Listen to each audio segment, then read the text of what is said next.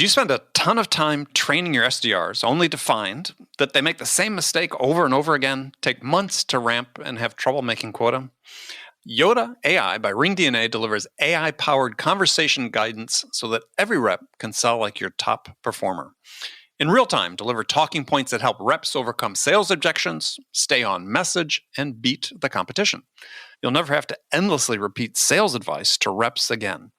It's easy to set up, easy to customize, and comes with out-of-the-box coaching best practices.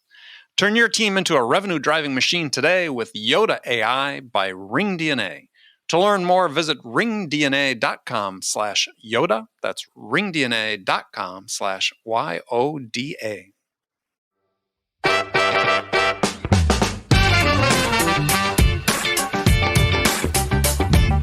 In 2016 is when I really started to deeply respect this, because I would go out with our field sales reps and I would listen to these conversations and I would understand what was going on. When we had an SDR book a meeting, then we drove from San Diego to Orange County 2 hours to have a meeting with somebody, and then felt what that was like and how uninterested they were in the product and not receptive they were to even having that kind of conversation. I felt that.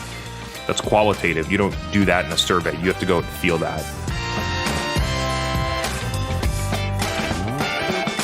Hi, friends. Welcome to the Sales Enablement Podcast. I'm your host, Andy Paul.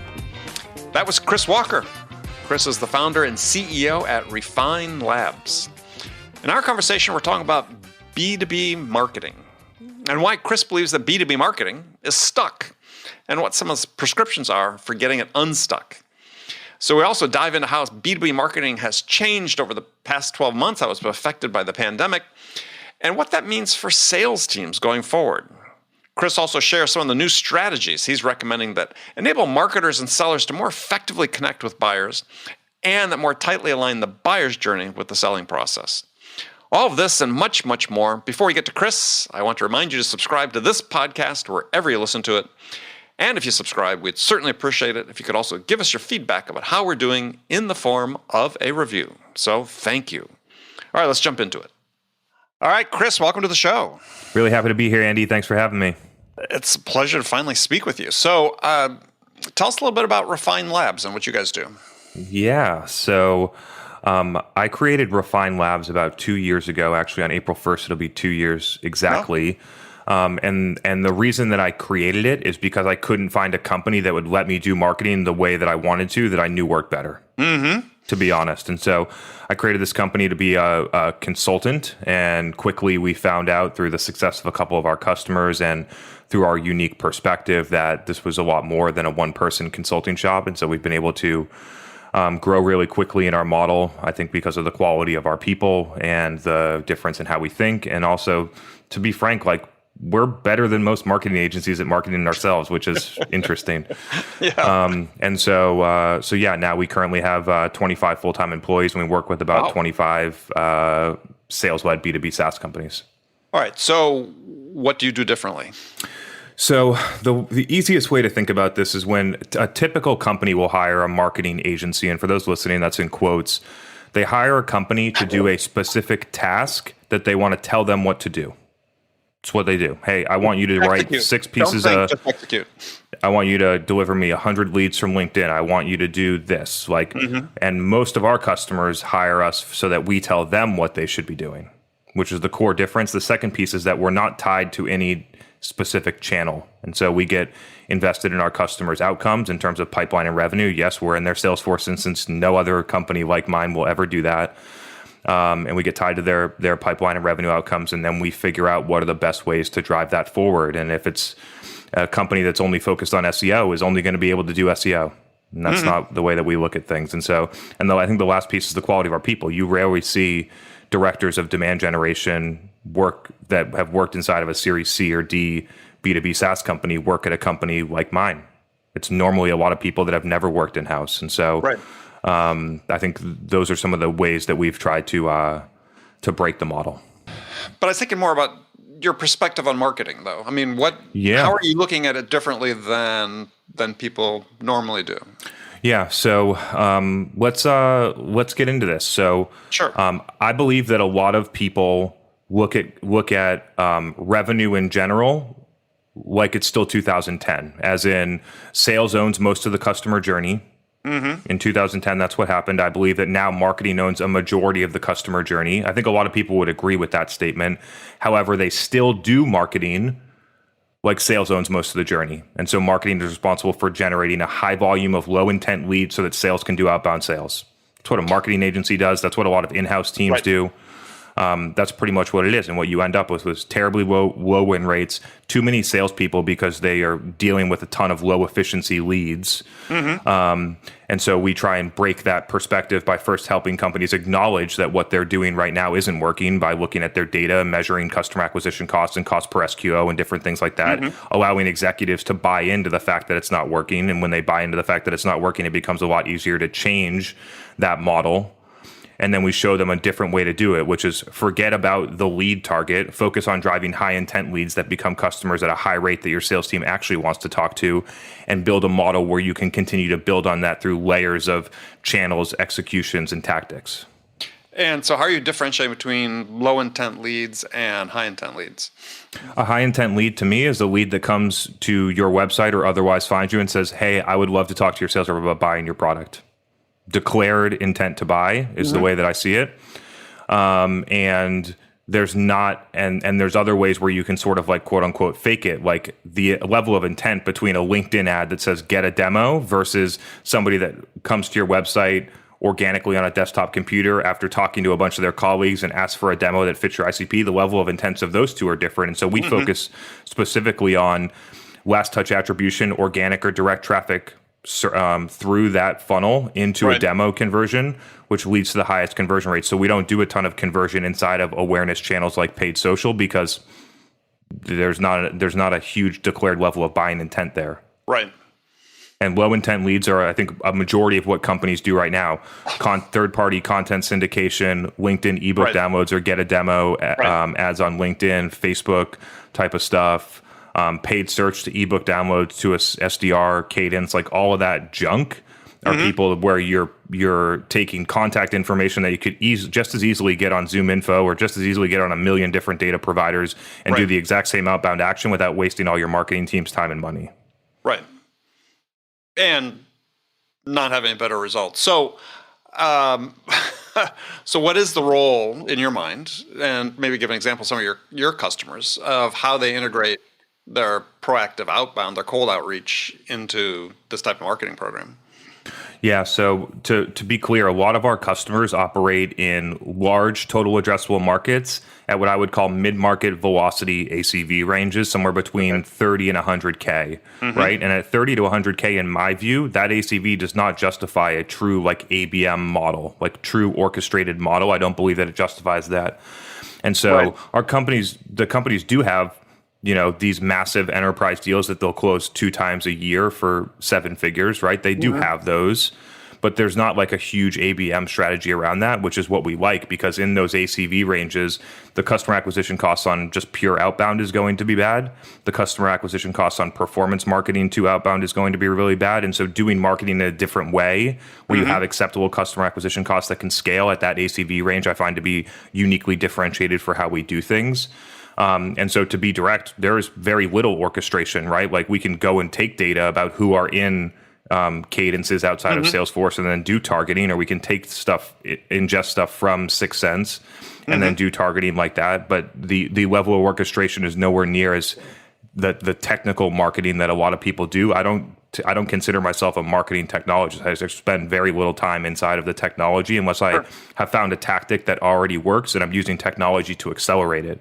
I think the problem with a lot of marketing teams right now is that they let the tech drive their strategy versus finding the strategy that works, then applying tech to it afterwards. Shocking.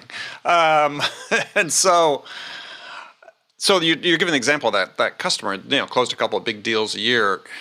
Is it a couple just because they're transitioning, as many companies do? Hey, we're going to start small, learn how to sell to larger accounts, or just their products just don't fit in the larger opportunities? Perhaps because there's not that many. You know what I mean? And perhaps they have a larger competitor. Like we have 25 customers, so it's hard to pick out different example without sort of like calling out a specific company that we work with. But when you're selling at those ACV ranges, I just think it's very common that most of your deals are going to fall into that sort of range. And then you're going to have the one-off if you're on a per seat or a per type of thing basis where you have a couple massive ones. Are they trying to move up market? Yes. Is every company that's listening to this podcast trying to move up market? Yes. But you don't just get there straight away, right? Like if you're an $80 million ARR SaaS company, you're competing with a $1 billion company that holds that part of the market, you're going to need to work your way up. And so I think a lot of the companies that jive with our strategy are trying to collect a lot of revenue along the way. And the companies that don't drive with our strategy are the ones that forget all of the mid-market deals and then just build their 50 account ABM list and do outbound sales to those. And unfortunately, those sales cycles take way longer than they expect, and they're much more challenging to close than they expect, and they miss their revenue targets. So I think that a lot of companies are missing a key opportunity in the mid-market by being so obsessed with enterprise sales. Yeah, I mean, I'm sort of divided because sometimes I think if your goal is you want to sell big companies, is go sell big companies. Yeah, up front, and it takes a little bit of time, but you also get through that learning curve a little bit early. And that's how I've grown some companies. Totally. We had a product that was only for really big companies. Yeah, and it can definitely work. Don't get me wrong, right? There are plenty of companies that have done it. It's just not for me. Yeah, because I truly believe that there's a lot more sales that goes into that than marketing. Yes. Yeah, absolutely. Well, and we'll get to that because that's an interesting topic. So, I mean, one of the things I did want to explore is this idea about sort of how marketing has changed really in the last year and how some of that impacts sales. And you had some interesting ideas you've written about. One that I really liked is your post about trade shows. And I think this is a perfect exemplification of sort of old school marketing versus thinking outside the box a little bit in terms of creating much broader impact. So share with us, if you can, if you remember that post, it wasn't that long ago, I guess, is what your thought is about, hey, instead of, as the world opens up again, instead of going back to that massive trade show, try something different. Yeah, so let's just look back, right? Because I've been doing B2B marketing since 2012. And so since 2012, I've been going to trade shows as an employee. I've been building the booth. I've been standing in the booth. I've been listening to the conversations. I've been tracking the results afterwards. I've been understanding how when the sales team calls a lead that we collected for them, what they give me as feedback. I've been doing that for almost 10 years now, right? And so in 2015, 16, I finally went to one of the events where we put on a $60,000 sponsorship and we built a $50,000 20 by 20 booth, and we had 30 people there, including executives, and we spent all this money, and I tracked what the outcomes were. And we created 0 net new opportunities. Right. And if you're building a booth, you must measure it on net new. The cost of the total event was probably $250,000. And so if you're measuring a trade show booth, you must measure it on net new, because if you're going after expansion or current customers or things like that, you can do all that stuff without a booth. You do not need a booth to go and meet with your current customer and upsell them another product or expand with them. And so when you measure it on net new, the assumption is that in 2008, and I really want to look back this far for people, in 2008, when the internet wasn't mature, a lot of people would wait to go to this conference to discover new products because there weren't a lot of other ways to discover them. And so it was an opportunity for people to stumble upon your booth and find the new innovation and learn about it and collect a lead and buy stuff. And that world does not exist anymore. I agree.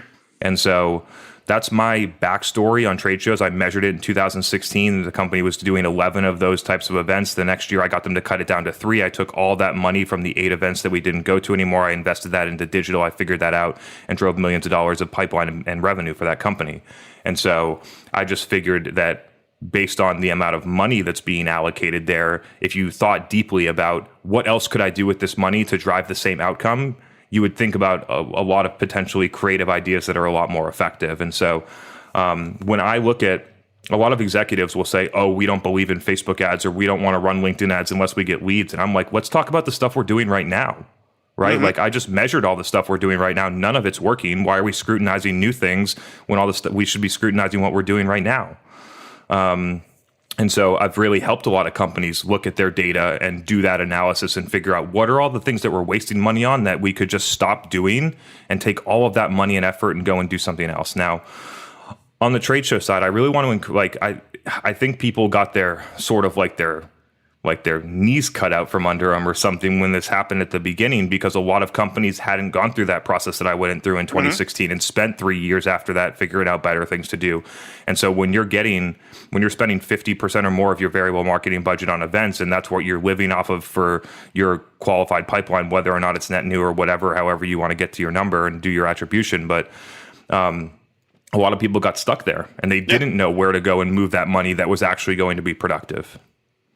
And so that was a challenge for a lot of people. A lot of people are now trying to figure out digital when they should have figured that. My theory on the whole COVID situation is that it's accelerating things that companies should have done anyway. Like they should have had this stuff figured out 5 years ago. Yeah. I mean, Scott Galloway talks about COVID didn't change the future, it just accelerated the future. And so to get a little bit deeper on the trade show one, because I do want to cover this topic, I thought it was really interesting because I don't talk about things in theory. I've actually done this, right? So instead of doing the trade show booths, I suggested that if you're going to spend $2 million of your trade show budget, which is a reasonable trade show budget for a 50+ million ARR company, and you took all of that $2 million and all of that effort and time, and instead you built 50 what I would consider micro events with the core objective of creating content that your customers and buyers want, while also putting on a really good event for people. And you did that with influential people in your market, and you did that around in different cities.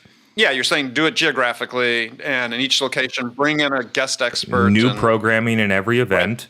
Right. Film and audio capture in high production, and then you take all of. You're not trying. The thing that people need to get their minds wrapped around is that you're not trying to sell to the people at the event. Right. You're using it to create the content that you put on the internet, which creates a ton more awareness about people that will consider it, and it drives way more business doing it that way. And I did those things. I did that in January and February, and we had ones planned for March and April that we had to cancel for obvious reasons. And the amount of brand lift and the amount of way that we were able to move up market through those two executions of the video content that was put out and the video content that was shared by those influential people was massive. And imagine if you were able to do that with your company that has a way larger budget than my company and way more resources. And so I think people should really consider like a different approach, but it first requires you to acknowledge that what you're doing right now is not that effective. And it also requires you to think that the things that you're going to transition to do, you might need to measure them differently. You might need different talent that you have in your company right now. It might be much more difficult to actually pull off, but a lot of those things, because of those constraints, are a lot more effective because a lot of people aren't going to do them because they're challenging. Well, I mean, the reach is so much broader. So you're giving this example. You said 100 micro events. Well, let's just take 50, as you mentioned here. I mean, if you're doing, let's say, 50 events around the country, you've got a special guest expert in each one of those. So, as you said, you've got 50 long-form videos about the events you can share on your various distribution platforms, 50 podcast episodes with an expert, which, and then you can create micro videos and slice up the videos for, create 1,000 videos out of that you share on your various platforms. Consider that to the impact you get out of, especially as you said, 0 net new leads out of a trade show, basically. You get leads. Opportunities is a different story, depending on how you define a lead, right? Yeah. Opportunities, qualified opportunities. And I think people are missing on the influential side. Like, I think people don't understand the actual impact of having that person at your event, which attracts people. And if that person shares the content afterwards, the amount of reach and trust that they've already built with their audience that then brings new people to you and immediately gives you more credibility because you're associated with them. And so people are not, I think people in B2B are really missing on that perspective. I think because of how watered down and kind of like trashy it's gotten in B2C on Instagram. Right. But there are really thoughtful ways to execute this in B2B that are going to drive massive results. We've been doing it. Well, and I think some of it is it seems like in a lot of B2B, there's sort of a allergy to brand building. And there's an allergy to not doing things that are difficult to measure. Right. Which branding typically falls into that category, though. Absolutely. Yeah. What we're doing right now is really hard to measure. I can't tell you how much revenue our podcast that we've done 120 episodes so far in the past 12 months. I can't tell you how much revenue exactly it's driven. And a lot of people are scared by that. I'm not scared at all. I think that's one of the bases as you sit in marketing meetings. And it's like, Yeah, I think the reason people continue to use these strategies you talk about that aren't effective is because they can measure them, even though they measure poor results. Yeah, they can measure them at a leading metric level, never look anything beyond that because of how bad it is. Right. And I truly believe that there's that it's going to be really difficult for executives that have grown up in the world through the like Google kind of like early social time frame to change their mindset around this. Your mind's already been changed and you believe in this stuff, or you're never going to believe in it until you retire. Is the way that I see it. And that's it's really sad because there is a massive opportunity. And if you're going to run a company for 20 more years the way that you're doing it right now, you're going to really struggle. Okay. But you talk about this in one of your posts. You talk about the fact is, okay, there's an approach you can use to get an executive team aligned around this new marketing vision. So what is that? I mean, how do you, when you go into a company, clearly it's going to be one of your tasks. I'm sure that not everybody's bought into it, even though they brought you in to help change. Absolutely. Things. Right. I mean, if you look at a majority of the market doesn't believe in most of the things that I say, despite the attraction I have on LinkedIn and different things like that. And that's fine because my number one, the thing that we do is we attract people that already believe in what we're doing. I spend zero time convincing people that don't want to be convinced. Right. And so we attract those people, at least a champion at the executive level that wants to do it. And sometimes it's sales, to be honest. This is not just a CMO coming in. Like we have CROs and global head of sales coming in and saying, "Hey, I really want you to work with us." Because they feel it. Yeah, they sit in the marketing meetings. They see, all this money we're spending isn't working. And again, the process is quite simple. Step one: look at all the data and just present the data to executives about this is what's happening. Your customer acquisition cost on what you're doing on LinkedIn ads is 49 months. The CAC payback is 49 months. You're wasting all this time with SDRs. You have 12 SDRs following up on these leads. Mm-hmm. This is what else could those 12 people be doing? What else could we be doing with this $800,000 a year? And so just by presenting the data, and we do that on a project basis because the goal is that they see it and then they buy into it, and then we actually go and do our work. And if they see, and we're 100% conversion rate on this, like all the data is the same. Like I've done this at 11 companies in the past 12 months. Mm-hmm. At 50 million ARR plus companies, the data is exactly the same at every company because they're all doing the same stuff. And we have 100% conversion rate to a customer because it's really bad. And then once they get bought in, then we actually go and execute our plan. Right.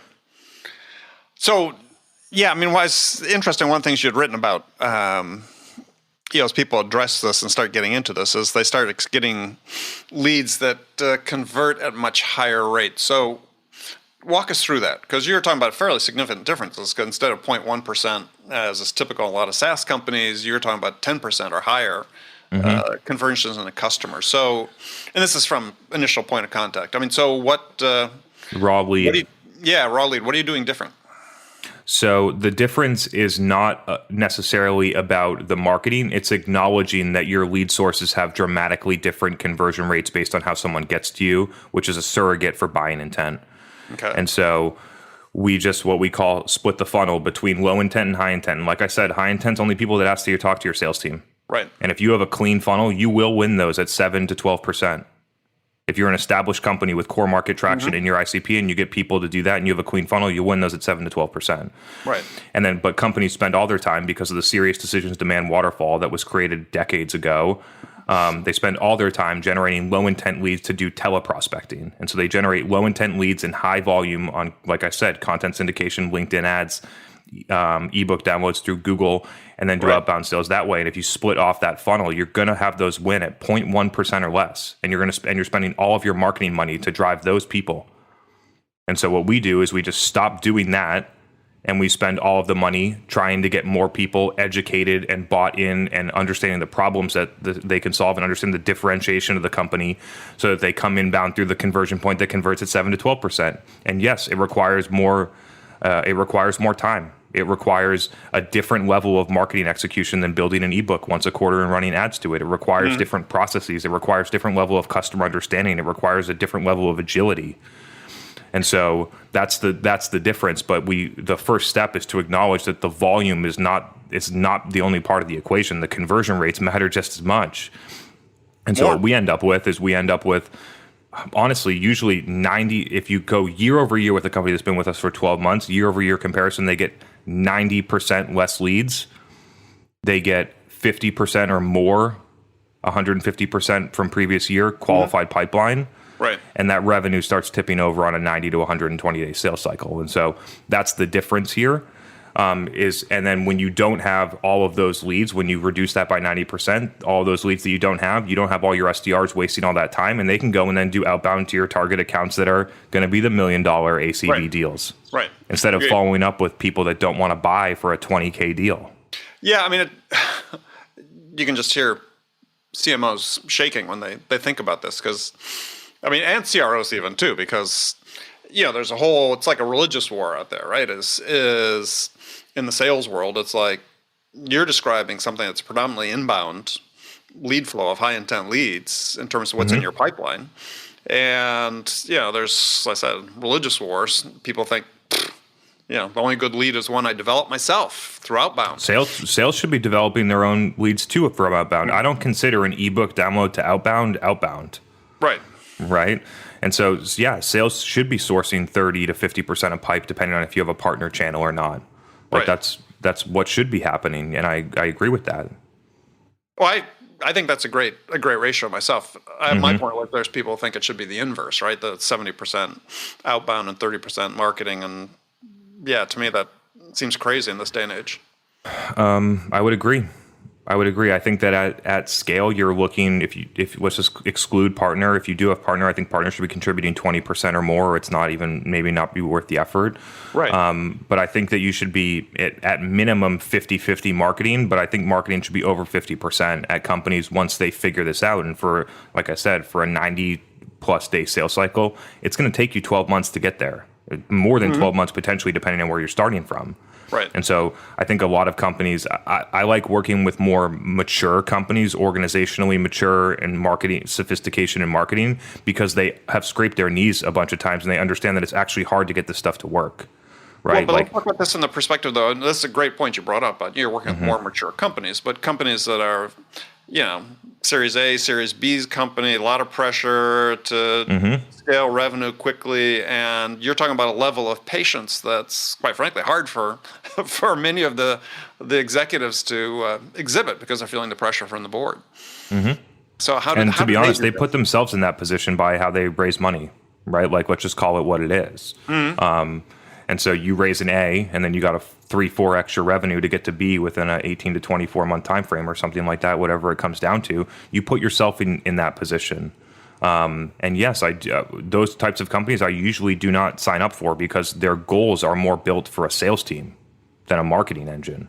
And so, when you put pressure on a marketing team to deliver things in a specific time window, you do the wrong things to get there. If I needed to grow my company to the size that we are right now in 3 months, we wouldn't be here. We'd be behind. We would be behind because we'd be doing all the wrong things. And so, the first thing is setting. Like, we'll never work with a company that's not philosophically aligned with our model and has goals that are realistic. And we vet those before they work with us. And I know, because we've done it with 25 companies, what's realistic and what's not based on what's happening in their funnel right now. Yeah. Well, but to your point, I think for companies in that situation is they're also doing the wrong thing sales-wise too, because it's not sustainable either unless they're all dealing in infinite TAMs, which nobody has. Totally. Yeah, and like I've interacted with enough of these companies, right? The traditional playbook would be to get a couple of customers, raise a Series A, and build a 10-person sales team, and then do outbound sales. And then your CAC is going to be 3 years plus, and a lot of those companies don't care at that point. But for me, like, when I know that you can get customers at a way lower CAC, and it might take you a minute longer to do that, I just like being in a place where we're aligned. It just, yeah, it's an interesting challenge because what you're talking about is, from a marketing perspective, is the approach that A and B companies should adopt, but just to put it a different way, is just I don't think that people have a good respect on where to draw the line between what sales does and what marketing does. I think in a lot of B2B companies, because of how sales driven historically they are, they actually have their marketing team do a lot of things that are more like sales or business development, not actual marketing in my view. Sure. Because that's where you get into like companies only running lead gen or performance marketing and that stuff. Like that's sourcing contact information to do sales. That's not marketing. Right. And so that's sort of like the way that I look at it. No, I think you're right. No, you're absolutely right. I mean, it's an interesting conundrum. I talk about, companies sort of in that early stages. They're not building a company. They're running a promotion. Mm-hmm. And so, as a result, you adopt certain behaviors in order to sustain the promotion instead of building a sustainable company. And the challenge is that behavior catches up with you. Like a lot of companies enter to us at 30 million ARR because they realize that it's not going to get them any farther. Right. Because they're not going to be able to raise it. When the revenue target's starting, your growth rate stays the same. Your revenue targets get bigger as you go, and the efficiency stays the same or gets worse, and you need way more headcount to scale it. And you look at it and you're like, we're never going to get to the next round if we keep doing this. And there's some companies that have a great product and it fits well, and they'll be able to carry through it, or they'll be able to raise enough money and they'll be celebrated like the unicorns. But for the most part, a lot of companies will not get through that part of the growth phase. Well, 80 to 90% of them, right? I mean, if you talk to a VC about the distribution of companies in their portfolio, 10, 15%, maybe 20 on the outside, are winners. 4 are moderate successes, and 4s are what they consider failures. But even those bottom 4 oftentimes could build a sustainable company, but they've burned through all this capital with exhibiting bad sales and marketing behaviors. And to your point, they get to a certain point and it's like, oh shit, what do we do now? And they don't have the luxury of the runway to change. And I think this begs the question about, I think there's some very smart founders that are thinking differently about funding. I see some fintech products coming out that think differently about funding. And depending about where you are as a founder and where you want to go, there might be an alternative vehicle that's better for you than VC money. It's just the truth. Yeah, and I think there are some alternatives coming up, absolutely. Well, one other topic I want to talk about, too, is, and it's related to this, because I see these pressures and hear companies talk about it, is you talk about creating content for your audience, not the funnel. And so tell us what you mean by that. So what I see, and I interact with, I would say, hundreds of marketing teams on a monthly basis. What I see is companies take marketers that have never talked to their customer, or a prospect that doesn't use their product, take a buyer persona filled with assumptions that are usually not true, stereotypes that are not true, and then try and fit together SEO content that fits into some buyer stage journey that they have little understanding about what it is. And that's what they do. And then they're like, we'll build this 7-step retargeting flow where somebody gets this awareness content about our thought leadership, and then they get this case study, and then they get this thing, and they nobody buys like that. And then they think about in 3 days that someone's going to go through that funnel and buy their 100K ACV SaaS tool, and it's just not how it works. And so the way that I think about it is have a very unique, differentiated offering that's positioned well in the market. Have a narrative, right? Just have that. And then create content that helps your audience no matter what they talk about. I talk about sales, I talk about funding, I talk about entrepreneurship, I talk about career, I talk about a lot of things that have nothing to do with what we do that my audience likes, which creates awareness. People then go to our website, the people that fit with the messaging, because we have very narrow messaging to a very narrow ICP, it works for them and they convert. And so this whole people spend all their time in this middle of the funnel where buyers are not interested at that point because they have no idea about why they should even look at you. The messaging's vanilla because they refuse to make choices on their ICP, and they spend no time at the top of the funnel, and that's why I think that there's just a better way to do it. And I think it really highlights a real problem that I see is the companies are really generally pretty, at least let's talk about the SaaS space, the newer SaaS companies, is generally pretty poor at clearly explaining what they do. Do you know the reason why? Well, because they don't want to make the choices, as you talk about. Yeah, it comes down to not wanting to make choices and niche down on an audience, right? I could go out and say, we're the marketing firm for everybody, right? I could say that. It would make our TAM better. But we are the marketing firm for velocity sales in the ACV range of 20 to 150K for B2B SaaS companies at these types of stages, which limits our TAM to like 15,000 companies. Still.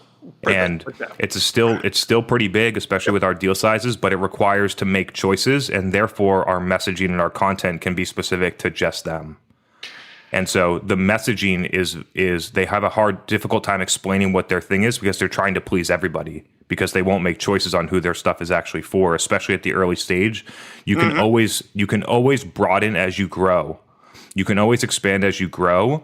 But I love having it's just a core marketing principle about making choices about how you're going to segment the market so that you can deliver something that's exactly for them in a way that they really want.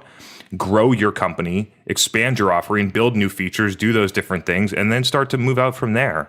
I just don't see a lot of companies think about it at a very strategic level right now. They think about it as horizontal. We want to sell to every vertical and everything. Yeah, I mean, we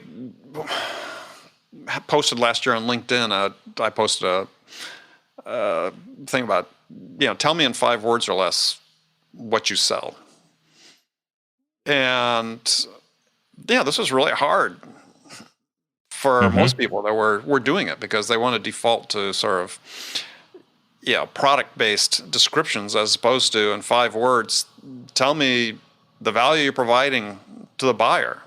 And it was very difficult. I mean, it was actually a little bit of a contest, but we had hundreds and hundreds of submissions from around the world, and it just sort of highlighted this point, is that companies, when you think about it, this is salespeople out calling customers. They have no idea.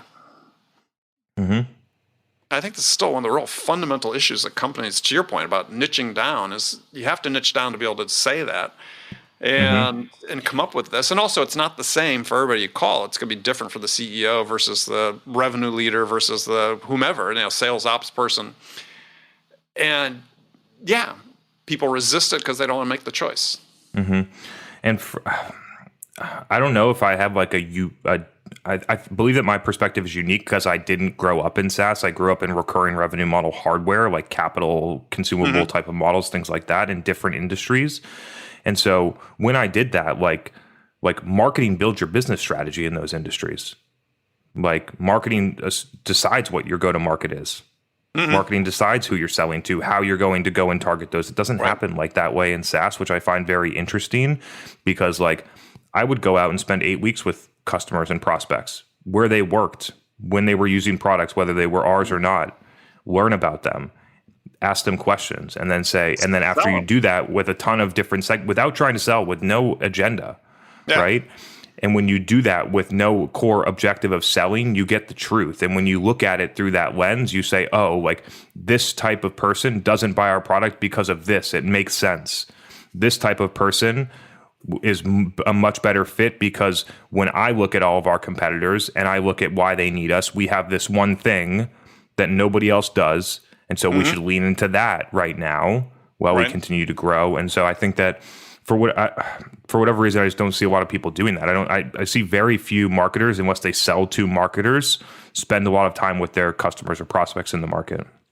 And I appreciate your approach, but I also think, especially in early stage companies, there's value in having marketing people go out and actually try to sell the product too. Yes, 100%. There's tons of value in it. Another level of understanding that comes from having the sales conversation. But I think both are valuable for sure. Yeah, but I mean, having two separate objectives with two different activities and just making sure that you know which one you're doing at that time. Yeah. Well, it speaks to sort of a larger issue, some of the things you're talking about, which is that, that sales processes and buying processes seem to be further out of alignment now than ever.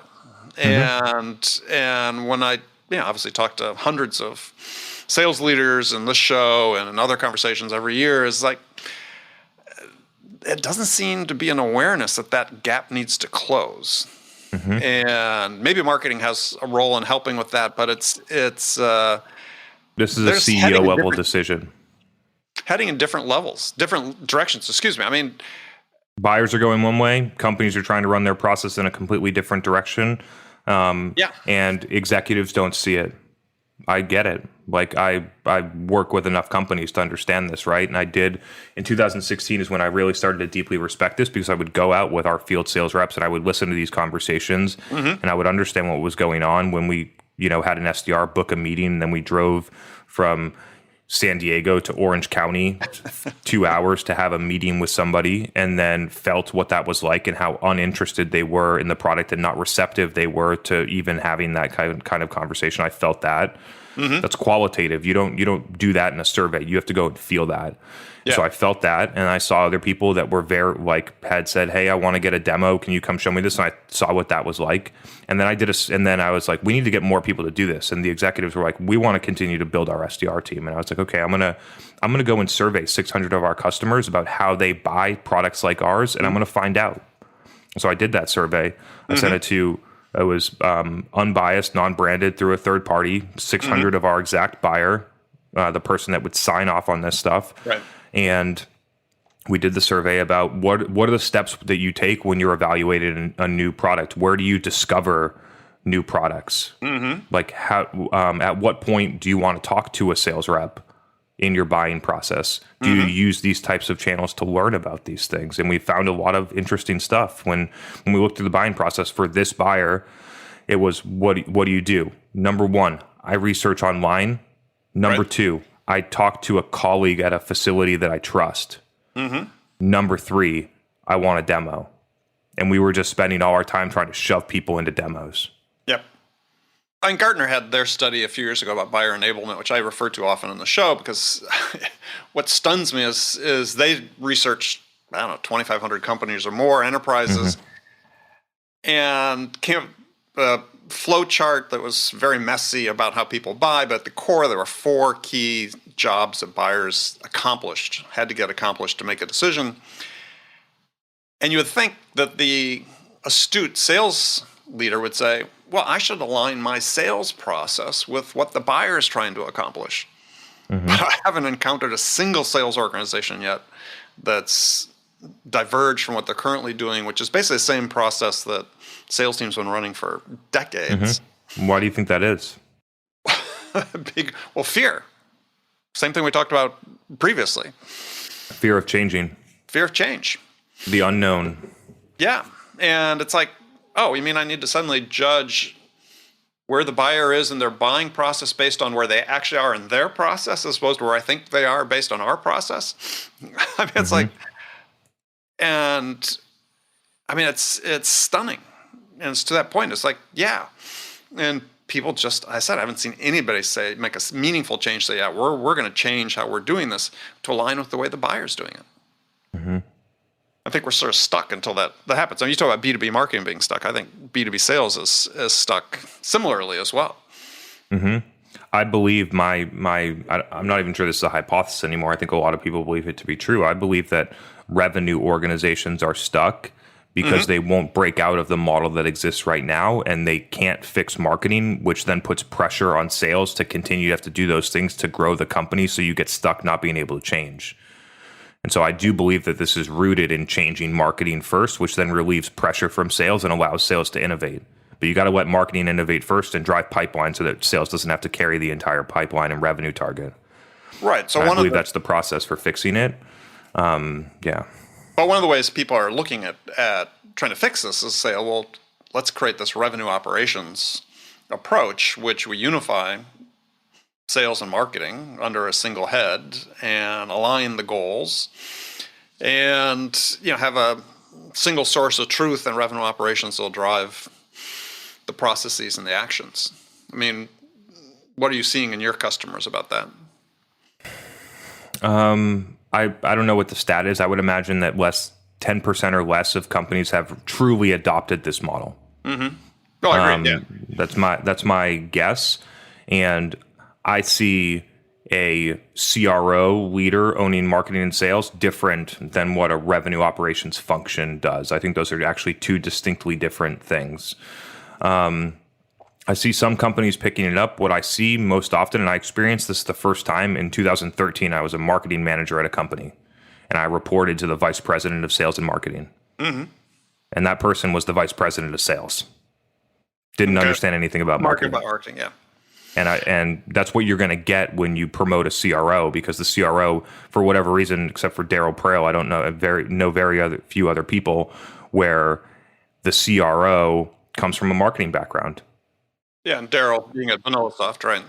Yeah, and so most people will promote a VP of sales into a CRO role, and then therefore the CRO is going to heavily weight their core function that they believe in. The challenge, the thing that I see is, I think a lot of companies struggle with marketing right now. Wait until you put a CRO in charge of marketing that doesn't understand how to do it.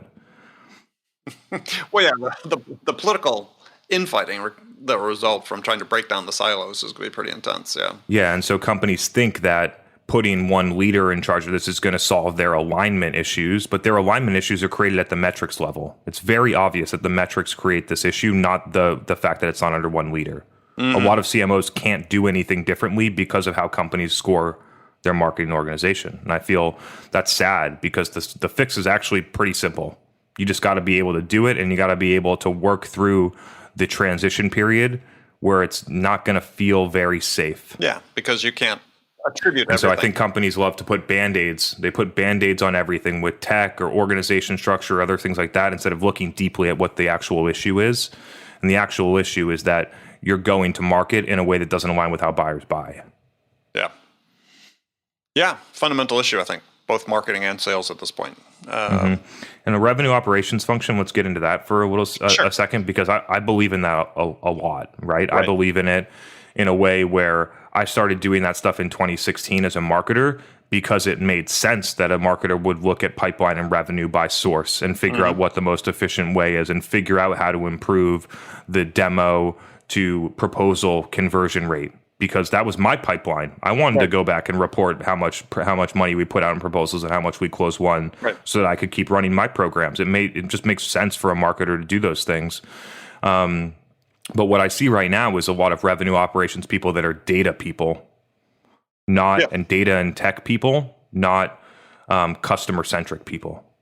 And so I believe that you start with the customer with empathy and understanding, and then build processes around them. And I think that right now a lot of stuff is, I see revenue operations as a much larger function than what it's being represented as in a company today, which is basically just putting marketing and sales ops together.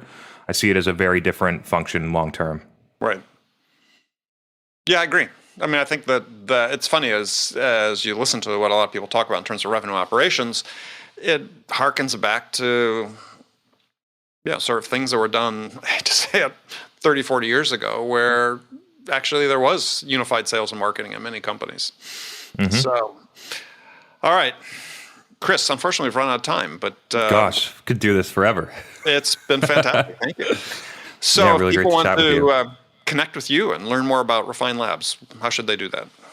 So LinkedIn's the best place. I publish content on LinkedIn daily. Check that out. Chris Walker on LinkedIn. And then if you'd like, we're getting tons of feedback, awesome feedback from people on our podcast. So it's the State of Demand Gen podcast, very focused on demand generation for B2B SaaS. And so you're interested in that, feel free to check it out. We publish 3 episodes a week.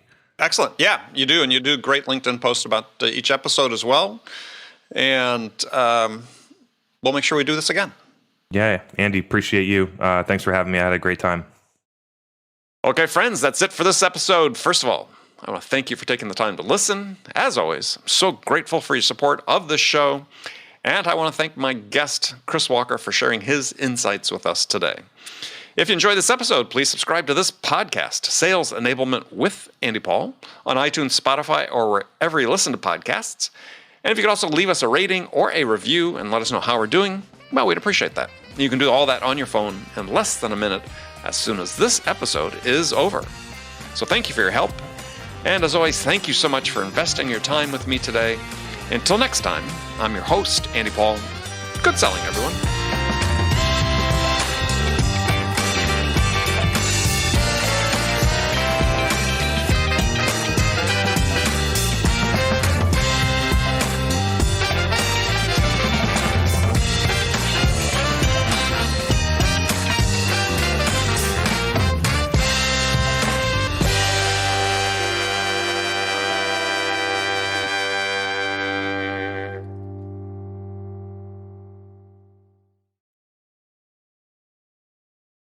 Ever wish you could coach like you've listened to every sales call without actually having to listen to every sales call?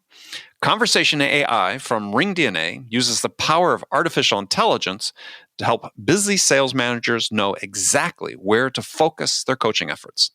Learn which talking points are working and which are falling flat, ramp new reps faster, and help your entire team master the art of conversation. Unlock your team's full potential with the power of AI. Learn more at ringdna.com/CAI. That's ringdna.com/CAI.